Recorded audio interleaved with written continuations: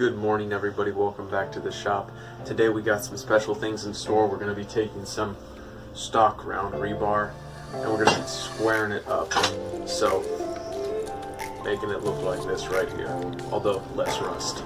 So once we do that, we're going to cut it to length, which will be about 4.5 inches, and then we're going to make some pretty cool stuff out of it. So I hope you all can join us for this this new little series that I'm doing, and yeah, we'll see how it goes, and hope you all enjoy the content.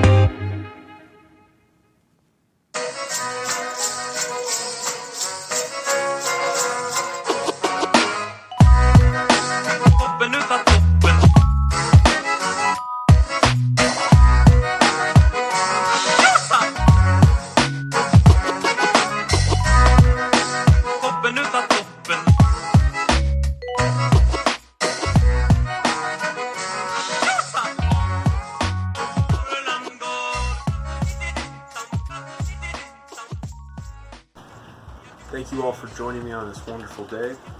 We got a lot done. I believe we got 14 pieces of rebar squared and cut to length. So we will be drawing those out and making some pretty cool projects.